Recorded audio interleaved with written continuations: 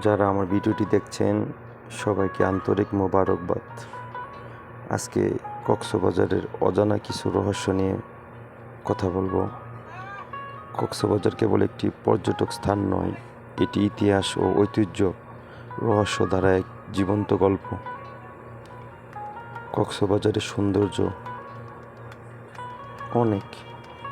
বিশ্বের দীর্ঘতম প্রাকৃতিক সমুদ্র সৈকত এবং নীল সমুদ্র, সোনালী বালি আর অপরূপ সৌন্দর্য, হিমছড়ি, ইনানি, লাবণ্য পয়েন্ট, মহেশখালী সহ অসংখ্য পর্যটক স্থাপনা রয়েছে কক্সবাজারে। প্রাচীনকাল থেকে আরাকান, মগ ও ব্রিটিশদের আগমনে 1799 সালে ব্রিটিশদের অধীনে আসে এই পর্যটক স্থান। এখানে রয়েছে অসংখ্য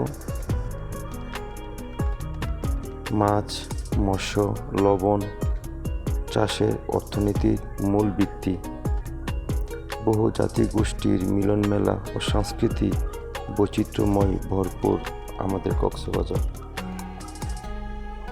প্রতি বছর এই জায়গায় লক্ষ লক্ষ মানুষ ভিজিট করে থাকে। এতটা সুন্দর ও লাবণ্যময় বিচ যেটা বলে বোঝানো যাবে না।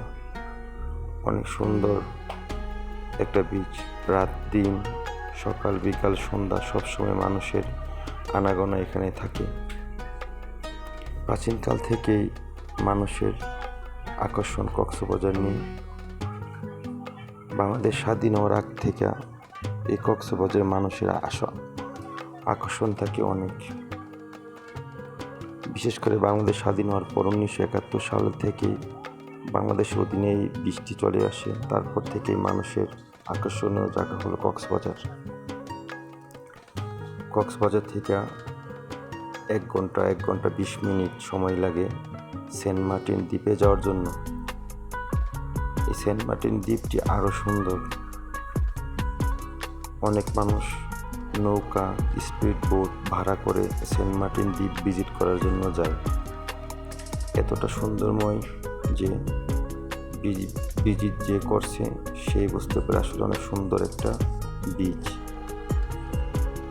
সকল বয়সী মানুষ এখানে ভিজিট করে থাকে।